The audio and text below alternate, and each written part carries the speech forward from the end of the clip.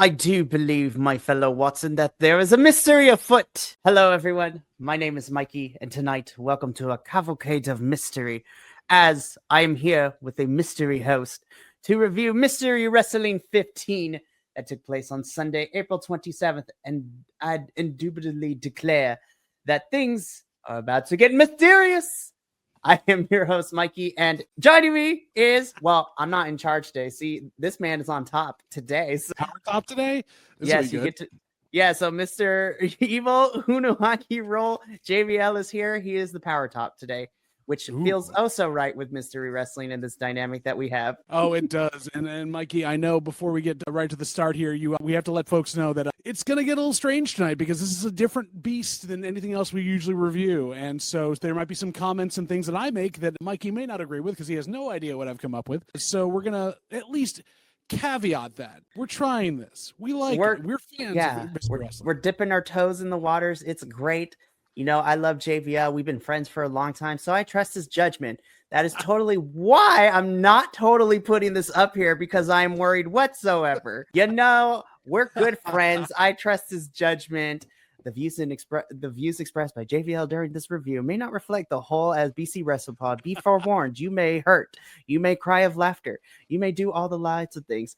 Just don't be a booty hole, but that is okay. So I totally trust JVL, so that was just more of a formality. Thank you for changing gears from what you were about to say to booty hole. That's always nice. As we saw in a lot of things this evening, pivots were needed to happen. But for those of you out there in BC WrestlePod land, thank you all for joining us tonight. The original two crew is back here because we have been experimenting, kind of like in college, with different wrestling promotions and styles and dipping our toe into places and other things and seeing what makes our tummies tingle, so to speak.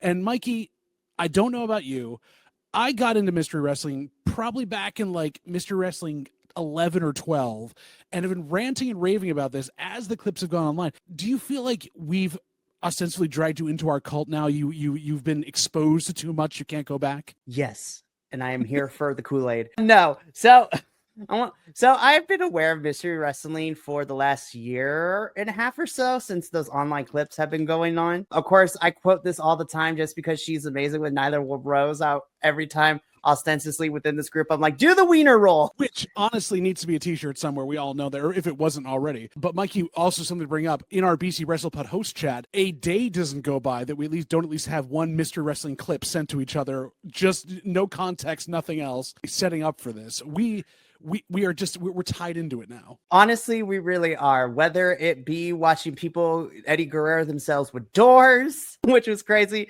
We had Dalton Castle give us a whole entire monologue about how his father was killed by a piece of ish. Like, it was wild. Thank you, Psycho Mike. But also, yes. Speaking of Mr. Castle, we need him back. They want him back as a host soon, so hopefully he can get back again. We'll have to see. Yes, please let Dalton Castle be on the commentary. It would be golden.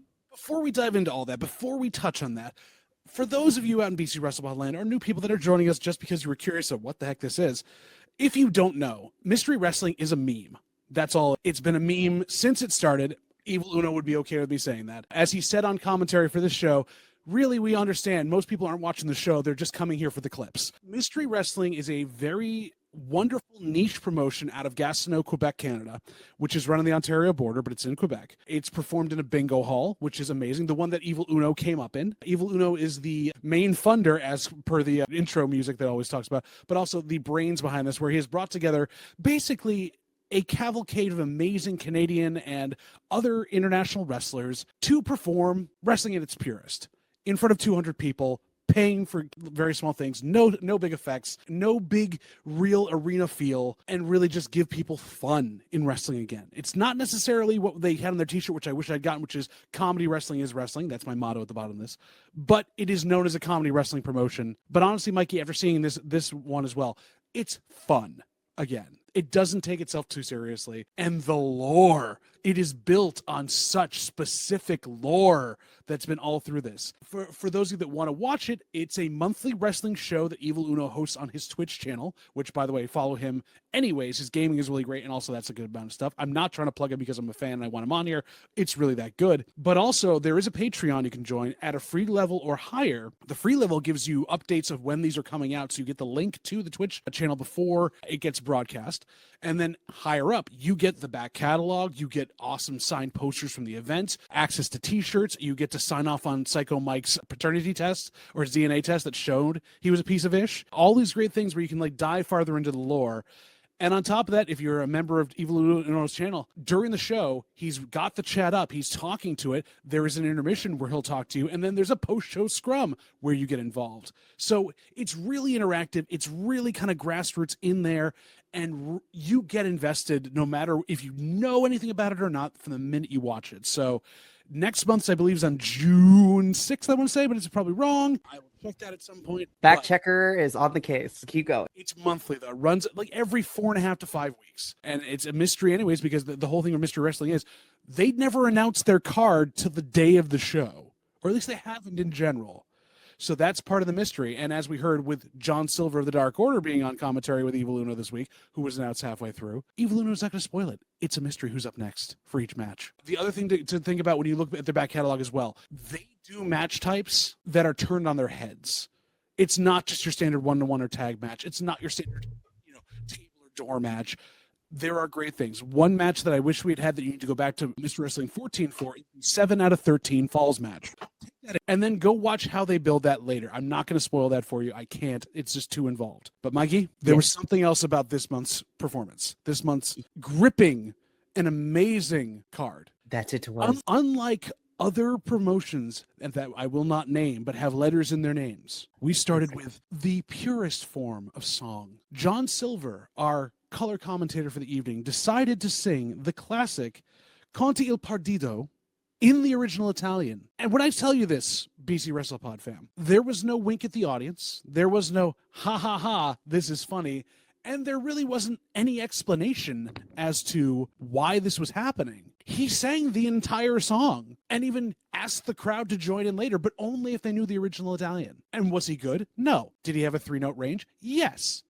I was highly entertained. I wept at the emotion behind it. It was beautiful. He got the streamer throw like you get in Japan, but it was all just roses and bouquets and John Silver, that was unfortunately your highlight of the evening. I have to say it did seem like you were a little behind on it and we're not doing as much comedy, but I still loved it. Thank you. But yes, Mikey, so did you expect, I have to ask you, coming into this and not watching all the way through, did you expect to start with opera? Totally, absolutely not. No. Well, I'll say the crowd in Gatineau also did not. They loved it. They got into it, but there was dead silence for the first minute and a half of the song. Just I'm sitting here going, I've invited a bunch of people to watch this now. I've been pumping this up since I watched the last one, and they start with opera because obviously it's a soap opera. Right, and then it's just this is the last time we let JPL tell us to watch anything. Just kidding. Oh my gosh. All right, so we then start off. So one thing that Mr. Wrestling has gotten into, their t-shirt this month, because they have a monthly t-shirt they run, was of the 4 druids. And what this is in Mystery Wrestling lore is the first match of every Mystery Wrestling show is 4 druids, or if you don't know who the special guests are. And one at a time, they are revealed in a 4-way dance. So we had Von Vertigo, Amir Jordan from out of TNA, I believe he's doing TNA right now, LJ Cleary, and AEW's Darius Martin in a 4-way dance. This was iconic for so many different reasons, but very fun to see Darius here. I was like, yo, you go, Darius. I love you. And Amir Jordan is actually, I wish he was in TNA. He would be great. But Amir is currently just wrestling on the independents, but he was in NXT UK. The 5 of us that watch NXT UK religiously. I was one of them as well. I enjoyed that. So good. And the other thing that was pointed out by Uno on commentary was this is an all international one because we had an American, a Canadian, an Irish person, and a British wrestler. It all worked very well. And to take in the fact also being in a bingo hall with 200-ish people, which Uno was saying, 43,000 people here at the small Gatineau bingo hall / I think it was the Elks Lodge, which they also mentioned later on was holding voting polling the next day, so they couldn't mess up the building. It was crazy to watch these these guys that have ostensibly worked in bigger rings, bigger arenas, take it all out for these folks there, but also work in a smaller ring, 16 by 16, where a lot of these folks, Darius included, like their high-flying offense is kind of neutered because it was a peaked roof and they didn't want to kick the lighting, which I feel like is a better skill for wrestlers. Like, you have to work your area and your surroundings. How do you adapt your style? And we had things like an assisted stunner off the top rope, which was that one. We had a couple of other big step-up power bombs and knockdowns. And then Darius Martin won with a submission. Which threw me for a loop. I'm like, excuse me? And I absolutely loved it. I'm not tied into anything else. This is literally purely for all of us to show how much fun we can have, slapping our butt cheeks, dropping around. Determining whose hair is better at the beginning. Well, LJ Cleary had to do that because he was having the entire off. I'm surprised no one was twerking at him. That really needed to happen. But this is all summed up by the fact that at the end of it, John Silver just yells, "Guess what? America wins!" Because Darius Martin pulled off the win, as he should.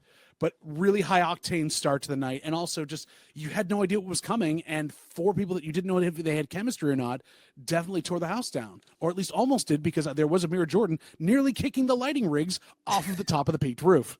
Hey, listen, it is a successful show if 1 or 2 times you almost don't make the cave roof in a wrestling event. Like, as we've seen on so many clips, at least they didn't have the hanging giant bulbs with the fluorescence there. Oh my gosh. So we started off hot. We started off great. And it wasn't, and there were comedy moments. You know, they were playing around with certain things like a hair versus hair pull down and a couple other big things. So you think, okay, we're getting there. We understand what this possibly could be for the evening. There must be a theme of some sort.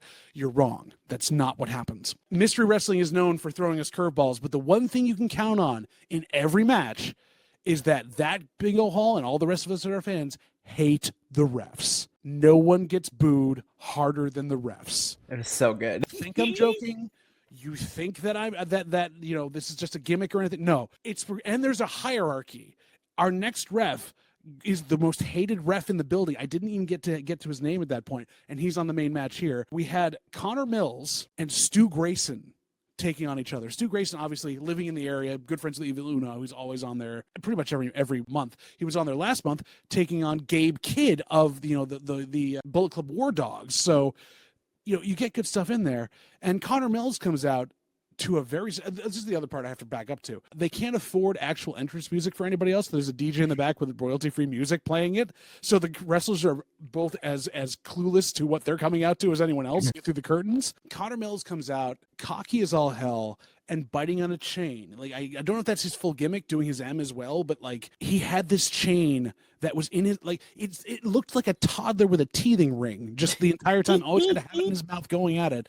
So much so that it finally broke halfway through the match and was on the ground, and Connor seemed to lose all of his strength and everything else. It gave him his superpowers. I thought of you for this. As soon as Stu Grayson came out, John Silver goes, "Oh, I thought that was Alan Angels." I cannot tell you how hard I laughed at that moment. I'm like, oh my gosh. I was just like, it's two ball. No shade to Alan Angels. I love you, my dude. But I was just like, one has epic beard, the other bald. Anyway, like. Yeah, but for those of you, Alan Angels was a member of the Dark Order at one point as well. He's doing great on his own right now, but they do look eerily similar, except Stu Grayson just built like a brick house. It's crazy. It was wild.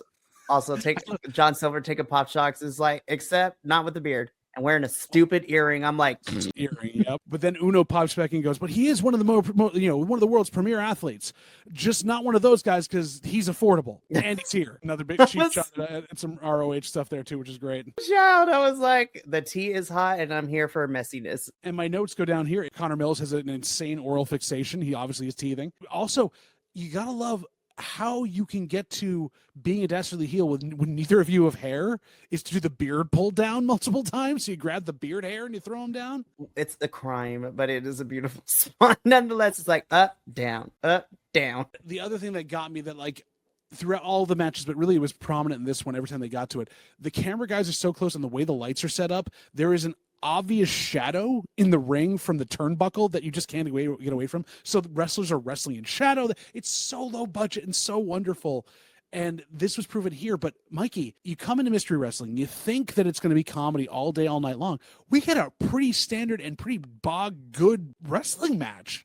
chain wrestling, a couple of cool escapes like the butterfly escape they did. Two guys working hard to actually showcase the technician side of themselves, where they're really into the nitty gritty of wrestling, not the comedy aspect. I was thrown for a loop because, again, just like with my all other preconceived notions or all the other promotions you dip my toe in, and now we review here regularly, I had a similar feeling about a certain 3-letter promotion that Andrew wanted us to watch, and I finally got involved into that, and I thought nothing be like, oh my gosh, everyone's gonna bleed. But it was not the case. It is actually great. I kind of, unfortunately, had the same thing here. I was just like, I want to laugh. It's going to be fantastic. And then by the end of this, I was like, I was lied to. I was happily lied to, but I was lied to. I was like, I was not laughing to this match. I was yelling and screaming of how awesome this chain wrestling was. I was like, oh my gosh, JVL, what did you do to me? We're looking at Canadian strong style is what we're looking at, basically. It's so much fun to see there. I love to see so much, man. I really, really do. And Stu Grayson embodies that completely, where when he doesn't have to talk on a mic and he wins the match over Connor Mills, because obviously Connor can't win without his chain in his mouth. He does, but there was a good back and forth there. I think there's opening a door for another match. It was really kind of a good palate cleanser after a really high flying setup at the top of the show. Oh, absolutely. I had my thoughts of this as I'm looking at John Silver and Uno in their little box at the side, like doing their own thing. And they're in this black background, like their own little void, which you only partially saw on occasion where they cut back when they were yelling at people in the ring. This honestly is MST3K for wrestling. It really is, because the commentary, when it's good, it's that weird referential stuff that you're not going to get at most other places, because they're just having fun and zipping at each other. It was clear even into the next match, which, look at Mystery Wrestling. For 6 matches they've got a better percentage and more women's wrestling matches than most AEW shows. So it's crazy to see that up there in Gatineau, to see this thing. But they bring in a women's match that is just going to be funny. We don't know what's going to happen, but it was the Queen Cobra Katrina Creed, who Silver showing off his I Love Creed t-shirt. It was wonderful.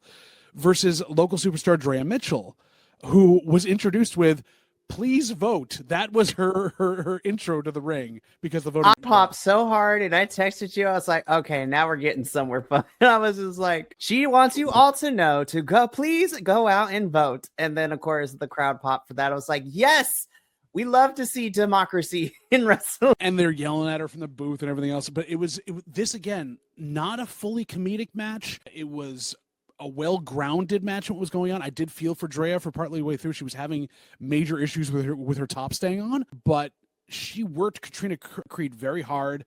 Katrina, I had not seen before, but watching that kind of powerhouse movement around that she had, and the ability to like still work the crowd when they were kind of tired after the first 2 matches, I was intrigued. I kind of want to see more of her. I really, really do. I mean, and Drea, I feel like Drea, if you know her from her stuff, she's probably like spot on for what she needs to be for her character. But it seems like she's like one step below having a character that would really resonate other than I'm a fighter. And I want to see what her next stuff is. Like, I don't need her to have like a flashy like sign she throws or a catchphrase, but just something to like to just take her to the next level, because she seems like she's like right there. Oh, absolutely. But we all thought, oh, well, the named person's probably going to end up winning this. What's going to end up happening? No, Drea Mitchell picks up a big win over Katrina Creed.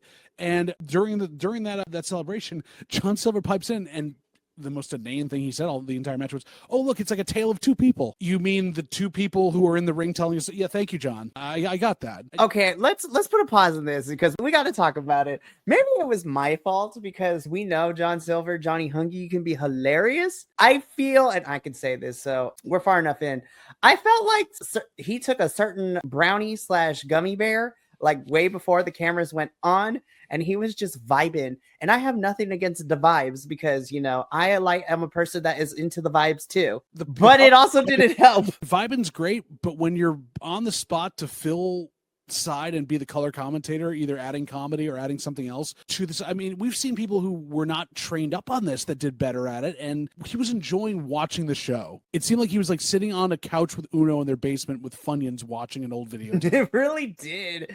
And I feel like it needed a little bit more from him just to like offset Uno, because Uno felt like he had to carry the show this time. But it wasn't bad. I don't think he added much in terms of comedy as he thought he did. Yeah. I mean, I love John Silver with all my little heart. I really, really do. But I'm not saying because I don't like comparing people, but when you have iconic wiener roll status like Nyla Rose has, as well as other folks, like even Stokely was here at one point, and I was laughing at Stokely's commentary too. And the bunny had some great stuff too. Like it was so Bunny was good. so great. I love her so much. It just they have to want to do commentary, not just be there with their buddies. And I think that John, he was there to have a good time, not to perform. And that's evident. That's fine. Do that. But if you're asked to be on camera, Right. In the probably words need of to Trixie have a little more. Mattel, he was here. He was not here for a long time, but he was here for a good time. And we still loved him. He like his mid is still better than half the commentary teams on some of the big feds right now. So that is very true. Also, as we get later into the night, especially in the final match of the evening, I was just like, okay, and the edible has kicked in. He shut up for half of it, which was like, all right, I can. He probably didn't know what seat he was in. Mikey, yes. To this point in the night, did you feel like we were going to have any variation in matches? We were just going to have one-on-one matches, but they're going to probably have weird stipulations. Did you think you were going to see a piece of art in the middle of a show? Normally, no. But because this was something new, I went in with an open mind. I cleared the senses, and I was not disappointed with what we got next. So there is some lore in this one that we have to dump out here. There is so much going on. Freaking good. So in this match, ostensibly, there are two tag teams that are going to take on each other in a tag team match. One tag team is the Ass Blasters. They were named last month. This is the team of Cecil Nix. And London Lightning there's lore behind him and Cecil Nix in the last couple of months where they had grown to hate each other. There was a rivalry within Mystery Wrestling and a bunch of other places. And they got into a death match, a full-on, like, you have to kill your opponent. Neither could get the upper hand. It was feeling kind of strange when out of nowhere, a future version of London Lightning appeared and mentioned that if he killed Cecil Nix, wrestling would die. And if London died, wrestling would die. So the only way to get out of this death match they had set themselves up in was future version of London Lightning had to sacrifice himself to save wrestling. Through that, Cecil and London had a begrudging love affair to the point where they were stealing kisses in the ring. They started to work together as a tag team, ostensibly not as fully integrated as they could be. 1 week, London's really into it and Cecil wasn't. The next month, Cecil's really into it. London's not into it. A lot of back and forth as London's also trying to do his singles matches and all that good stuff. But finally, last month, the crowd bestowed upon them the name of the Ass Blasters. They were going to be the next big tag team. We come in this month, and I hear the Ass Blasters are coming. It's amazing. Cecil Nix, London Lightning. Who are they facing? As they're getting in the ring, and Cecil Nix, because he has another tag team that he's had for years with his buddy Xander, and so he makes the entrance with Xander. And automatically you're in like, okay, how are they going to pull this off? Because obviously 3 men, 4 slots in the tag team match, and Cecil's on both teams. I had to ostensibly pause, and I was just like, hold the phone. I'm like, we're both trained in that big Fed style of this is like when Cody turned on, on Hardcore Holly. Like, there's no way they're going to let this run through. There's going to be a turn at the top. It's going to be quick. One of them is going to get disappointed, right? Not in Mystery Wrestling. We full ass tag team match. And my God, if there aren't enough flowers in this universe for Cecil Nix at his size and his stamina, selling back and forth the difference in style he wrestles against each of his tag team partners while also apologizing for doing that.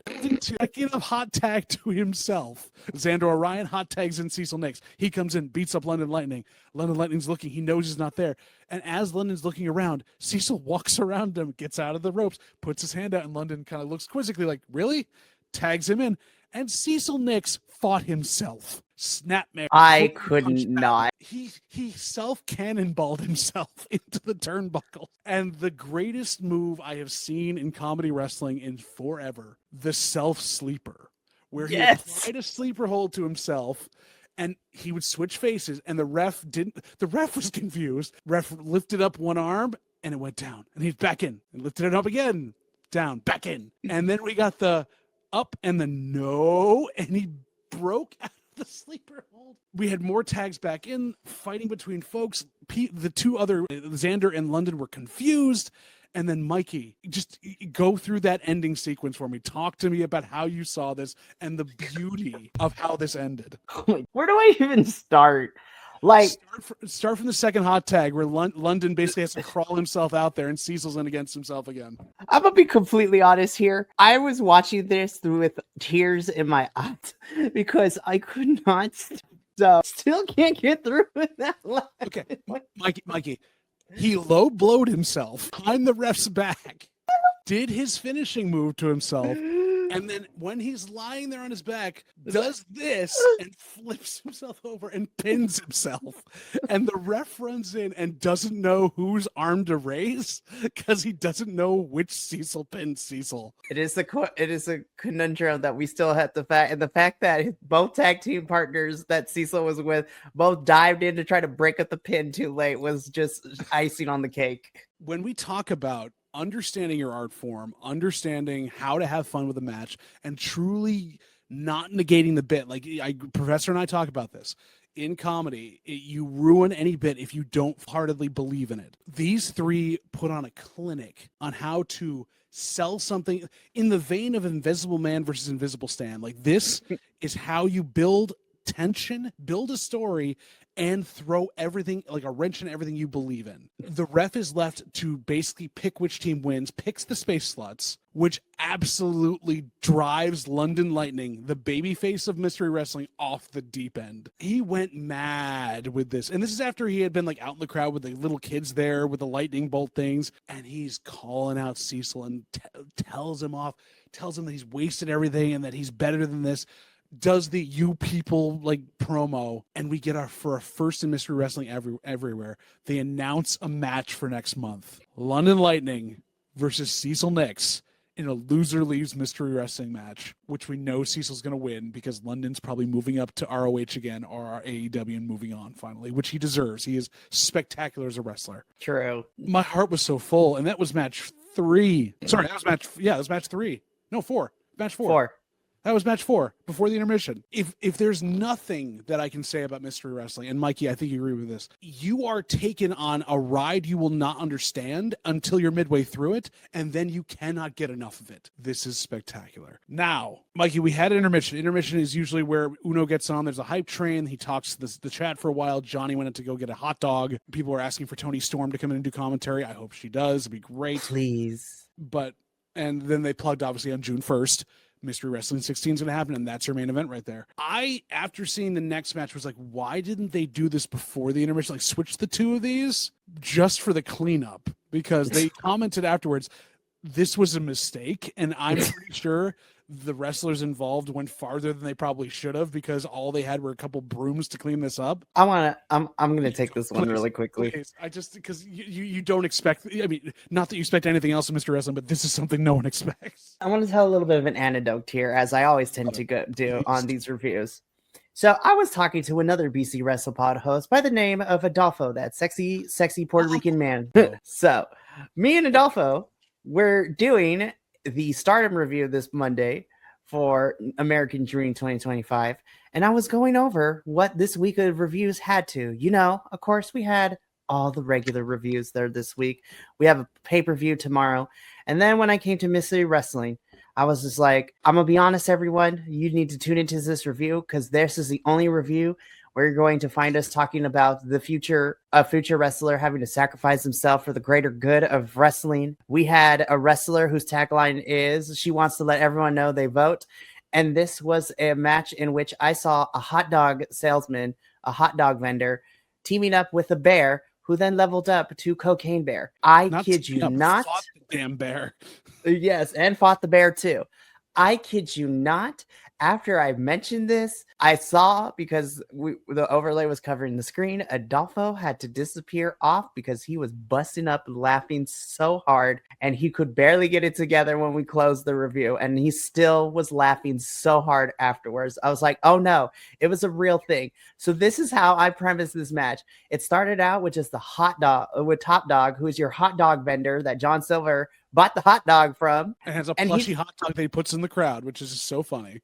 I loved it. They need to sell that because I would buy that immediately. But we're waiting for Top Dog's opponent, and in comes wandering just a sleepy little bear. He falls asleep in the audience a few times. Well, let's call it right. A freaking bear. So it started off great. It started Well, off fine, this hot dog is vendor versus a bear, a freaking bear. Like, that's totally normal.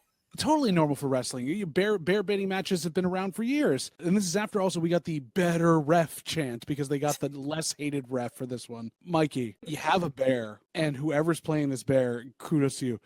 He hibernates for the first 2 minutes of this match. was Will not great. get up, will not move. He's in the middle of the ring. Top Dog gets a paddle, like a fake oar, from under the ring, and he's. It was like, we are trying not to get taken off the air or demonetized. The ref is like tasting it and going, "Oh yeah, it's clear." And the bear sticks his snout in and bears up, goes full cocaine bear, clotheslines, back rakes, front rakes. The only thing he didn't do, and I'm so ticked this entire time, where was the bear hug? Seriously, it was right there. It's right there in the name. But he beats the living crap out of Top Dog. Top Dog's trying to escape, running around. The bear then runs out of cocaine juice, has to stick his face in more. As he does this, he spills a little bit. The ref gets it in the face, gets super high and strips down like just to his underwear and is calling the match. Top Dog runs into the back. The bear chases him. We hear a bunch of sounds. Top Dog is dragged back through the curtain again and then comes running out minus his pants and his shirt, ripped up and torn up, and the bear has his pants on his head. So this part, I laughed so hard because anybody who knows me, I love a good like innuendo kind of bit when, this was so, I was laughing so hard. And it wasn't, we had a few more interchanges. The bear is going nuts. And it was a pretty scary looking bear face on this thing. He takes the bag after putting in a powerbomb position, dumps the entire contents of a gallon freezer bag of white powder onto the back of Top Dog and just starts doing rails on the back of it, going everywhere he can. As we see fine powder go everywhere onto this canvas and everywhere else. It's puffing up in the ring. They can't get it in the camera. The bear ends up obviously beating the crap out of Top Dog and winning the match, but like I couldn't get past at that point. One, the general imagery, which was just hysterical, but then how are they going to clean this up in 5 minutes? Like the ring crew is also like, because they definitely went too far, and I didn't know if it was a bit or not, but there was just that was wild everywhere. The ref swimming through it, it was so wild, it was bizarre. And sounds like an average Tuesday night at my house. Just kidding. Well, everyone down to Casa Laguillo for a little bit of fine white powder. Well, this one of my favorite bits is like, okay, so this is what it has. So this is it's like, so if you go to Casa Laguillo, you have everything: white powder, cocaine bears, regular bears. Yes. Evil Unos and John Silver's, Johnny Hungies. Yes. This was a spectacle to behold. And there's some clips online of the final little bit there where he spills it all over. You can't get past all of this. And I love them also commentating on he was wearing sneakers under the bare feet. He's like, those are some odd looking bare feet there. I don't feel like he grew those. So if you want to see the MST3K of this, Uno and Hungy were on point for this. But it was good. Spectacular. And a bear wins. Seriously, I was just like, a freaking bear wins. So I feel like after that, what else can you do except have a wrestling match? Which is true. But I'm sitting there as like the safety person going, they're going to slip on all of that powder on the ring. And they did. But we had Frank Milano, flying Frank Milano, taking on McCray Martin for the, I believe it's the Lufa 07. It's the local title in Quebec, basically. Yeah. Is what he's got there. He's the champion. McCray Martin is the champion. And I couldn't concentrate on this as much as I wanted to because I was too worried they're going to hurt themselves. Like they were going to break their leg or something. Although with Flying Frank Martin is doing the airplane spin, he can't get him up. And McCray Martin flying around the ring at the size he is, it was really fun to watch. But I don't know. I think of all of the matches on the card, this was probably the one that had the weakest amount for me. Like maybe I was too tired from the Cocaine Bear. Who knows? But Mikey, I don't know how you felt about this because like it was cool to see a championship match, but it was just strangely placed. I think it suffered from not only the match before that, but before, our cocaine-induced match that we just saw before this, we also had the craziest tag team match and breakup of the century happening all at once. My emotions were torn with. Yeah, so even in comedy wrestling, the booking of the card cannot escape the quote-unquote pee-break match, which is unfortunate because I enjoyed this match. But it was really hard to compete with, literally the remnants of what happened prior still all over the ring. An 8-ball left behind, but it worked. McCray Martin picked up the win, got a good win. Like, it was a good back and forth match. There were times where I did believe Frank actually had a chance, which is wonderful. But McCray will be defending that again at Maple Leaf Wrestling, I think, coming up the next couple of weeks. So It's going to The be paper. fun to see. Well, we'll talk about that at the end because I need everybody to get on this Canadian wrestling. And it's not comedy, but the card that we have so far is stacked. It's going to be feeding the children out here, as the kids say. Oh, it will be. But this is the time when Johnny Silver also was like a little worried about Frank Milano trying to fly inside the bingo hall, saying that trying to fly in here is a no-go because obviously he's going to kick out a lighting fixture. And Evelyn was like, I can't afford to pay for this place. I am, in the words of my favorite rapper, you can't do it because bitch, I'm broke. Got that AEW money only goes so far. We then come to our main event. This one was for all the marbles. No, literally. I hear you out there in BC Wrestle. I hear what you're saying. You think, oh, this is for a championship or for some title or something. No, it's for a bag full of marbles. Literally, all of them. The person holding those bag of marbles is the Mystery Wrestling Champion, Psycho Mike, who is a literal piece of ish. It's been decided, here's your lore. Psycho Mike, for months and months, was being told he's a piece of ish, would not believe it, got really angry about this stuff. Midway through a match in Mr. Wrestling 13, I think, he was handed a DNA test that proved he was a piece of ish. It broke him heart, and then he won the title. So Psycho Mike, our champion, is taking on a literal Sasquatch, or as Not I said, just a rap squatch. I was gonna say, okay, let's talk about that because I watch so many things on wrestling. At this point, like, I feel to pop me. I am not a thespian. I am not an actor. I am not a comedian. I am just a humble man that watches wrestling and, teaches mathematical equation to adults and children for a living, right? So, indubitably, I am smarter. No, I'm just kidding. Please don't. Are you smart, My little fifth grader? I teach sixth grade, so a little bit, but not by much. Anyways, though, but there is something that I really enjoy is that when it comes to like performances as a person who has a background in dance, both classically trained and hip hop too, there are just certain things that you can get the crowd to be on your side in terms of with the mannerisms and how you move your body. The small micro movements that's, Rap Squatch over here came in during the wrestling, just like bouncing around like side to side and then stop, pose, bouncing around, another pose, bouncing around. I was just like, this is such hip hop dance 101, and I loved it. It was great. He was literally like, he wasn't wearing pants, but he was hopping around like he was sagging. It was great. Oh, he was sagging hardcore. And the other part is you got to do that with a blank mask on because there's no emotion shown. So, right? Sideways baseball cap, Phillies jacket. Good on your Rap Squatch. We love you. That's not all it. We got so much more with this because Psycho Mike, in true thespian format, comedian format, said there had to be stakes, and the stakes had to be raised. This was going to be the classic of all matches, the low blow rules match, which was then eloquently described by Psycho Mike as, and I quote, "If you punch me in the dick, you win." Simple, easy, dick punching match. This is going to be over quickly, right, Mikey? Absolutely not. Nay. This was an epic of all epics. Teasing low blows, showing different things, full-on wrestling and chain wrestling. Seeing Sasquatch put in a hammerlock is just the funniest thing in the world to me, but in general. Someone meme it right now. Psycho Mike basically like tongue-wagged the marble bag. They went to town. There was insane back and forths. I loved the spot where Psycho Mike, who is the purveyor and expert in the body slam, that is his finisher, is the body slam, did his body slam and pinned Sasquatch. The ref comes down and goes, no, it's a low blow rules match. We can't do that. Psycho Mike says, who came up with that stupid rule? You did. And he goes, God damn it, I'm too smart. Out loud. I was laughing so hard. Oh my God. There was submissions that couldn't work. And then Mikey, my moment of the evening, my mystery moment, the back and forth hockey fight low blows that went from the side facing each other, punching each other in the dick as the crowd's going, oh, yeah.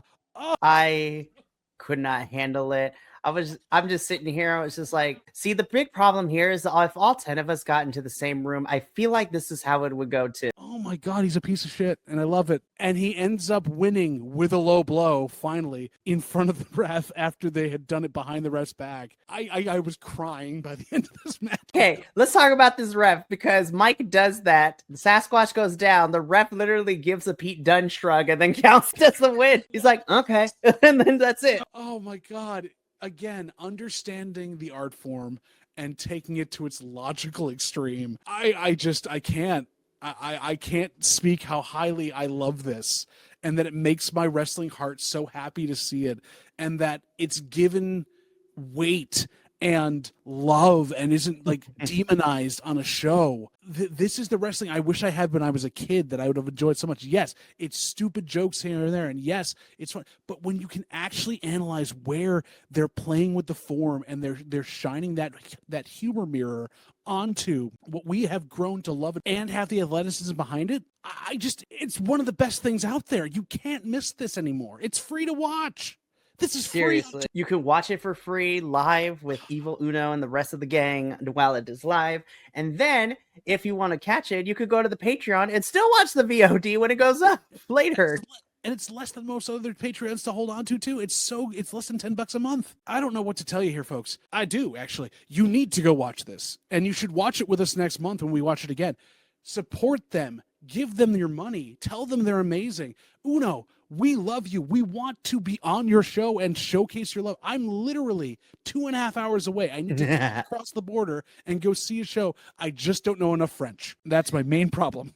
Oh my God, Mikey, this is a revelation. This love for the art form, this love is just, it's what we need now. Absolutely. Given the crazy times that we are currently living in, this was a breath of fresh air. And it's nice that in 2025, there are all times of wrestling, because wrestling is an art form and we have so much choice for it. This is such a fun I love this aspect of comedy wrestling, and I'm so excited for the next one. I'm all aboard for this one. I will speak to the professors of the world and myself like this, and hopefully he'll watch at some point. If professional wrestling has ostensibly become an action soap opera, and that is what we look at for that. It's not high drama, but it is a broad drama for those good and evil storytelling. Then mystery wrestling is an action farce. It is in that Edgar Wright vein of like taking your favorite action films like Hot Fuzz and shining that comedy on it. We love this here. I'm going to speak for you on this. We love this here. We can't recommend it enough. Mikey, are you back on next month? Do you want to see Mystery Wrestling 16 now? Is that a trick question? Of course I am, bro. Like, JVL, you have no idea how fun it was for me. Now, granted, I'm going to tell a little anecdote. So I was waiting for the VOD to get back on the Patreon, because if you subscribe to the Patreon for Mystery Wrestling, you can get the VOD, which goes up the following day after it airs live. So as I was waiting for this, I was texting JVL because I was currently driving home from Los Angeles for the TNA Rebellion pay-per-view with myself and Mama Laguillo, and she had a blast too, which was fantastic. I'll talk more.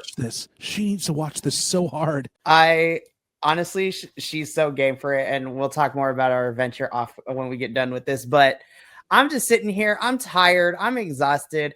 And I was just like, part of me wants to tell JVL, I don't think I'm going to get to it today. But I was like, you know what? I need to pick me up after the crazy week that I had and all the hard work that we've been putting in for Hell Week. I was like, let's give this a try. You need to watch this, Michael. You have to watch this now. Don't wait. JVL was bugging me in the best way possible because he's my friend. And I was like, I'm going to just sit here. I have the day off. Why not?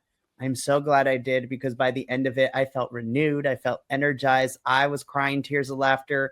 I had people come check in on me because they thought I was dying in the other room, which metaphorically I was, but this was fun. It was dumb fun. It was stupid fun. And it is right up my alley. I love this kind of nonsense. So BC WrestleBlog fam, we're not going to give this a rating. We're not going to go into that. It's not that type of thing. Comedy is subjective, just like most art forms, but we're telling you this is good. We're going to tell you now, from Mikey, from myself, even if you don't want to do the Patreon and look at the back catalog, sign up for the free tier, watch the Twitch stream on June 1st, and comment down below what you thought. Or if you saw Mystery Wrestling, let us know what you're doing. We want to keep growing this community with them. They are spectacular and need to get in front of people. So from all of us here at BC WrestlePod, we are giving this our stamp of approval. And that's where Mikey says, this is not, my thoughts are not the thoughts of BC WrestlePod. I am saying stamp of approval. This is JVL approved. This is fresh. This is full-on mustachioed fun. Take a mustache ride with Mystery Wrestling. You will enjoy it. Absolutely. Mikey, that's all I've got on Mystery Wrestling. Short, sweet, to the point. I am waiting with bated breath for next month. I cannot wait to get there, and I cannot wait to watch it with you. Is there anything else we need to bring up to our fam before we head out tonight? I do, and I do have to play the boss here because I do got to promote everything else remaining this week. But yes, we're only doing Mr. Wrestling from now on. Absolutely not. Sorry, I am vetoing that card. Hold up, just so you. Yes. No, but Mikey, why you got to do that? Make me feel like a piece of ish. Because you are my piece of ish, and nobody's gonna take that away from me. I'm just kidding. No, so the next Mystery Wrestling quote unquote review, escapade, whatever you want to call it, just fun times galore. We will be back Thursday, June 5th to review what could possibly be someone's last Mystery Wrestling ever. One of these two folks it is going to be full of laughs and crying and heartbreak and nonsense. It's going to be great. So that is our next Mystery Wrestling review. But to go over what remains this week, tomorrow evening, myself, Will, and JT, the Six-Sided Scholars, will be back once again to be reviewing TNA's Rebellion, which I got a chance to be a part of this past Sunday in Los Angeles with Mama Laguillo. It was such a great time. She has become a huge fan of Leon Slater, which I'm so happy. She is a woman of culture, but she is now an ever big fan of Mr. Michael Santana too. So Mike Santana is fantastic. So we will be reviewing the pay-per-view as well as briefly touching on tonight's special live episode of TNA as we await the next pay-per-view of Under Siege at the end of the month. But then, of course, we wrap things up on Sunday, where not only the Dual Dynasty crew will be reviewing Raw and SmackDown from this week, but because of how quick the turnaround is, we will also be giving our predictions for Backlash because it is next Saturday, which is wild. God. So much going on in the world of wrestling. WWE pulled the TNA and just like, we just had a pay-per-view. Now we have 2 weeks to build to the next one. It's all counter-programming, but this is where wrestling has gotten to. It has exploded. Every day is there. There is no off-season, and we keep finding new nuggets of fun to dig into, like Mystery Wrestling. So, absolutely, from all of us here at the BC WrestlePod, for Mikey, for myself, remember, you can always finish your story. We feel that you're Bi-Conic because we're Bi-Conic together. Be yourself. You are. Thank you so much for tuning in to another Vibe Tribe production. What's going to happen next time? Well, you're going to have to tune in to find out. But until then, remember, take care of yourself, love one another, and as always, make sure that you keep the good times rolling. Thank you for being here, and we'll see you next time.